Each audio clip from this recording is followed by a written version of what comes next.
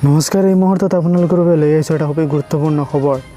সদৌ বিটিআৰ অপাৰেগিত প্ৰাথমিক শিক্ষা সংস্থাৰ প্ৰতিবাদত উত্তাল কোকৰাঝাৰত অনুষ্ঠিত হ'বলগীয়া ৰাজ্য চৰকাৰৰ কেবিনেট বৈঠকত বিটিআৰ এলেকাৰ অপাৰেগিত বিদ্যালয়সমূহ পাৰিকৰণৰ সিদ্ধান্ত গ্ৰহণৰ দাবী। অন্যথা ৰেলপথ তথা ৰাষ্ট্ৰীয় ঘাইপথ অৱৰোধৰ হুংকাৰ সংস্থাৰ। সদৌ বিটিআৰ অপাৰেগিত প্ৰাথমিক শিক্ষক সংস্থাৰ অৱস্থান ধৰ্মঘট কাৰ্যসূচীত শনিবাৰে উত্তাল হৈ পৰে বিটিআৰ সদৰ কোকৰাঝাৰ। বিটিআৰ এলেকাৰ অপাৰেগিত বিদ্যালয়ৰ লগতে বিদ্যালয়সমূহত কৰ্মৰত শিক্ষকৰ পদ বিটিআৰ চুক্তি 6.3 দফা অনুসৰি বিনা চৰ্তে পাৰিকৰণ কৰাৰ দাবীত এই অৱস্থান ধৰ্মঘট কাৰ্যসূচী ৰূপায়ণ কৰা হয়। বিটিআৰ অপাৰেগিত প্ৰাথমিক শিক্ষক সংস্থাৰ সভাপতি উমেশ চন্দ্ৰ মণ্ডলৰ নেতৃত্বত কোকৰাঝাৰৰ দৈমালু পথাৰত ৰূপায়িত হোৱা ধৰ্মঘট কাৰ্যসূচীত বিটিআৰ এলেকাৰ বিভিন্ন প্ৰান্তৰ পৰা অহা সংগঠনটোৰ কেইবা শতাধিক শিক্ষকে অংশগ্ৰহণ কৰে। প্ৰতিবাদকাৰী শিক্ষকসকলে পাৰিকৰণ আমাক লাগিবই, আমাৰ দাবী মানিবই লাগিব, আমাৰ দাবী ন্যায্য দাবী আদি শ্লোগানেৰে পৰিৱেশ উত্তাল কৰি তোলে।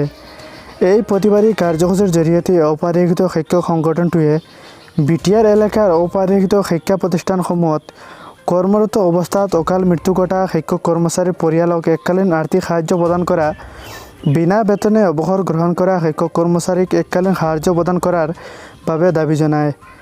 তেওঁলোকে লগতে বিদ্যালয় পাৰিকৰণ নোহোৱা পৰ্যন্ত বিটিআৰ চৰকাৰে FAFI অথবা ফিক্স পেৰ দিয়াৰ ব্যৱস্থা কৰা, অংক আৰু বিজ্ঞান বিষয়ক ইংৰাজী ভাষাত পাঠদানৰ সিদ্ধান্ত প্ৰত্যাহাৰ কৰাৰ বাবে বিটিআৰ আৰু ৰাজ্য চৰকাৰক দাবী জনায়।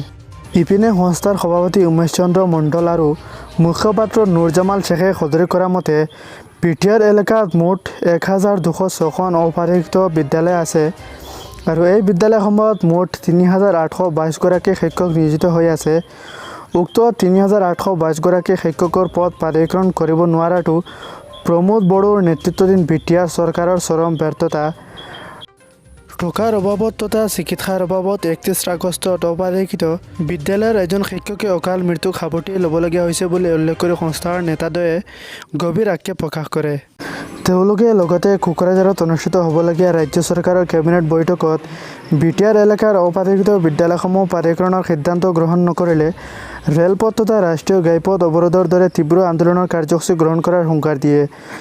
ইয়াৰ লগতে বিদ্যালয়সমূহ পাৰিকৰণ নকৰিলে শিক্ষকসকলে এজন এজনকৈ আত্মহত্যা কৰিবলৈ বাধ্য হ'ব চৰকাৰক ভাবুকি দি ইয়াৰ বাবে বিটিআৰ আৰু ৰাজ্য চৰকাৰ জগৰীয়া হ'ব বুলি সংস্থাৰ সভাপতি উমেশ চন্দ্ৰ মণ্ডলে সকীয়াই দিয়ে।